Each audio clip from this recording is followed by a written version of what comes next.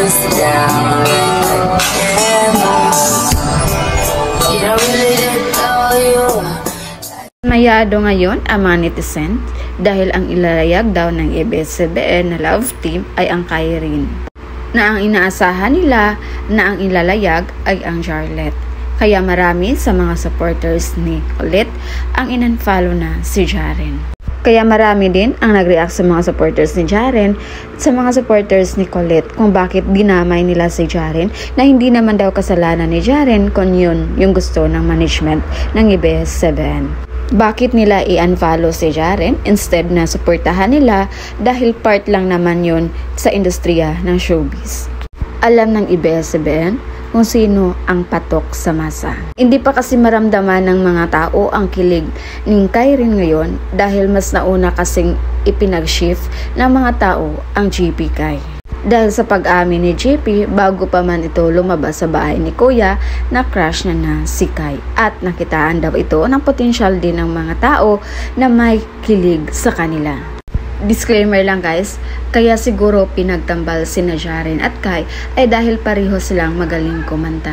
Kung si Jaren magaling mag-compose at maganda ang boses, ganun din naman si Kai. Hindi lang kasi magaling kumanta si Kai, matalino din ito, kaya madali silang magkaka-vibes ni Jaren pagdating sa pag-compose ng kanta.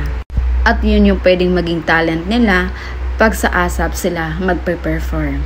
May mga nagsabi din na hindi daw maganda ang kalalabasan ng love team ng Jarlet dahil si Colette may pagka-julog style. While si Jaren naman, mukha kasi itong seryoso. Dagdag pa nga ng mga netizens, kahit daw nakitaan ng kilig ang GP Kai, hindi din sila mag-work. Dahil si GP, yung tipo ding kalog, at si Kai naman, yung isang tipo na seryoso. Kaya ang babaw ng rason ng mga supporters ni Colette kung bakit agad i-unfollow nila si Jaren. While ang mga Jarfia nga, relax lang sila dahil alam nila na on stage lang yung pinapakitang love team. Dahil in real life, I think si Kai at si Rain ang may something sa isa't isa.